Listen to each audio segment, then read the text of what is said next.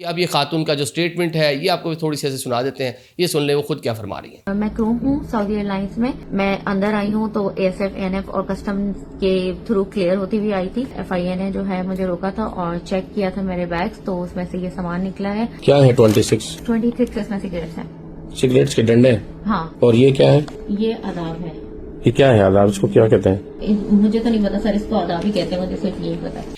ये आपने खातून की जुबानी सुन लिया है। इतनी बड़ी मिकदार में सिगरेट और गुटखा कहाँ से आ गया, कैसे ये जनाब खातून लेकर जा रही हैं, कैसे ASF ने कस्टम ने उसको क्लियरेंस दे दी। क्योंकि जब एयरपोर्ट पे आप जाते हैं, उस दिन मैंने वो काउंट किया तो कुछ 6-7 बार ना कोई आपकी चेकिंग होती है एक बंदे की, और सामान की भी 1 से 2 बार तो चेकिंग होती है। कैसे इतना सारा सामान, इतनी बड़ी मिकदार में सारी की सारी चीज़ें क्लियरेंस हो गई, क्लियर होकर चली गई। और ये बता रही है जनाब कि मंथली 3 से 4 इनका ट्रिप होता है, तो हर बार ये सामान लेकर जाती हैं। और ये ना कि अकेली नहीं हूँ जी जनाब, मैं किसने कहा कि मैं अकेली हूँ।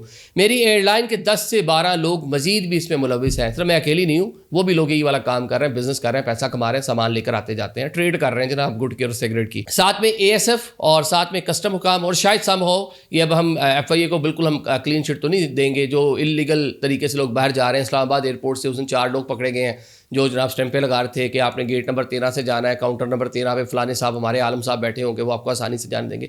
तो डिफरेंट एयरपोर्ट्स के ऊपर जहाँ अच्छे लोग हैं वहाँ बुरे लोग भी हैं, और जो पूरे के पूरे मुनज़्ज़म नेटवर्क हैं वो पाकिस्तान में इस टाइम काम कर रहे हैं।